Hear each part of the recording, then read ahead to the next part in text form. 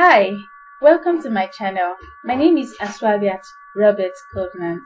Today I'll be making a presentation on WordPress API. So it is an introduction and nothing too much to comprehend. In the course of this presentation, we'll be talking about what an API is, WordPress types of WordPress APIs. The REST API is what we'll be talking much more about. How does it work? And a demonstration of how people use it. Okay, so API. API is short for Application Programming Interface. It allows two applications to communicate with one another. Each time you check the weather or book a travel ticket on your smartphone, you are using an API. When you visit a website, your browser sends a request to the server hosting that website. That server's API is what receives your browser's request, interprets it, and sends back all the data required to display on your site. I hope you understand that, especially when you look at this picture below. The user sends a request, API receives it, now takes that request to the application, and then gets all the information that you need, and then brings it back to you using the API. Let's move on to how developers or programmers use API. So at a company like Google, developers would collect some parts of their application code together, make it publicly available.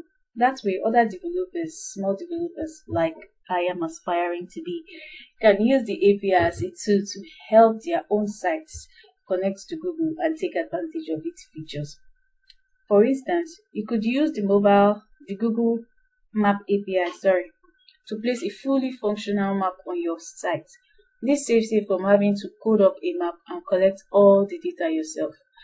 The same applies to a wide range of sites and applications. There are just too many that have been made available that you can just pick the snippets, put on your site, and then you have a full functioning application without having to go through all the hassle of collecting data and creating it yourself.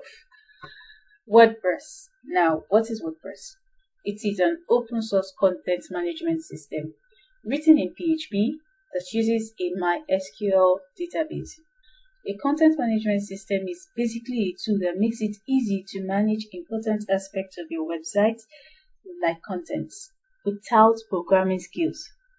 WordPress powers both the backend of the website, that's the interface where a user logs in to make changes or add new content, and the front end, that's the visible part of the website that you visitors see on the web. So in this case, if you're trying to use WordPress, you are the user that puts the content in and then allow people who will be visiting your website to see what content you've added.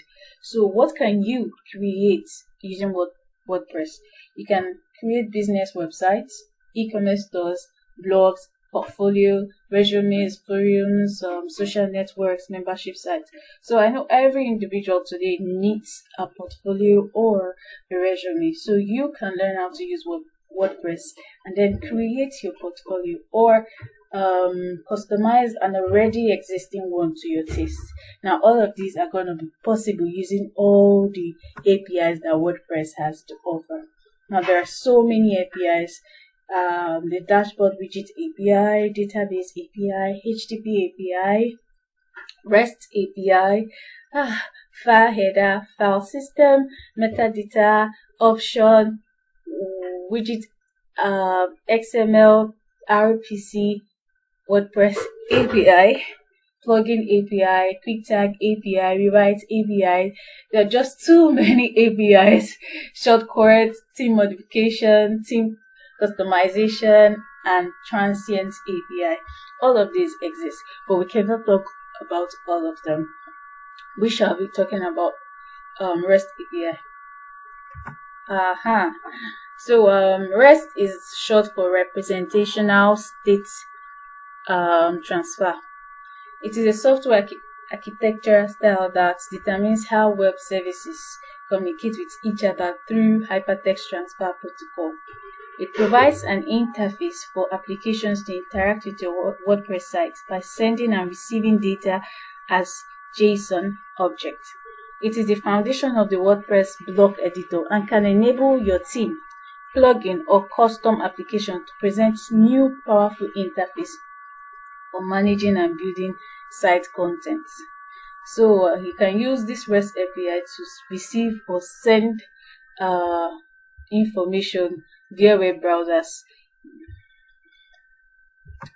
Now the REST API uses a few commands or methods. These are called HTML commands or method, and they are get, post, put, delete. Now the get command is used to retrieve a source from the server, such as a particular piece of data. The post command, with this you can add a resource to the server.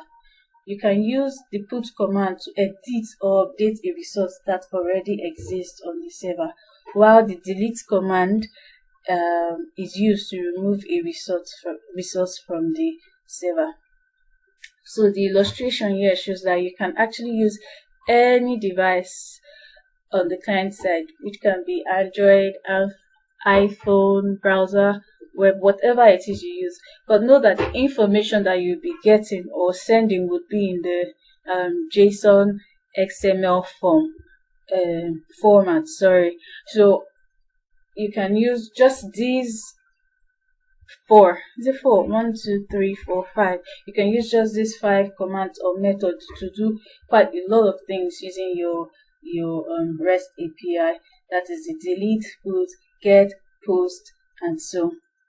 So let's see a sample of how you can actually create a path that allows this REST API to work. Yeah, so using REST API along with the above command, that's the ones we just mentioned, the get, post, delete, and I think you remember. The client will send one or more lines that communicate exactly which resource is desired and what should be done with it. To illustrate, a request to upload a PHP file into a particular folder on a server might look like this. So you have post. Here, post is just one of the methods or commands that we talked about in the previous slide. So the following things that you see, that's folder, / my file.php is called the route. Now, it tells the API where to go and what data to interact with. Now, when all of this is put together, that's the command and then the routes, the endpoint is referred to, the outcome or what you have there is called an endpoint. So note that here the example is using post because the user here is trying to post something in that folder. So it can be replaced depending on what you intend to do. You can either use get, you can use delete, you can use post too to get whatever it is you want to do. So this is just a brief explanation on how the REST WordPress API is used.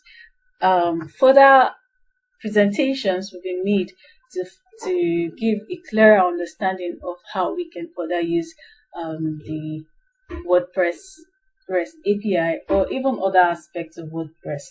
So thank you for listening. Use WordPress API in your software development solutions today, and don't forget that you don't have to be a developer to use the WordPress API. Bye. See you some other time.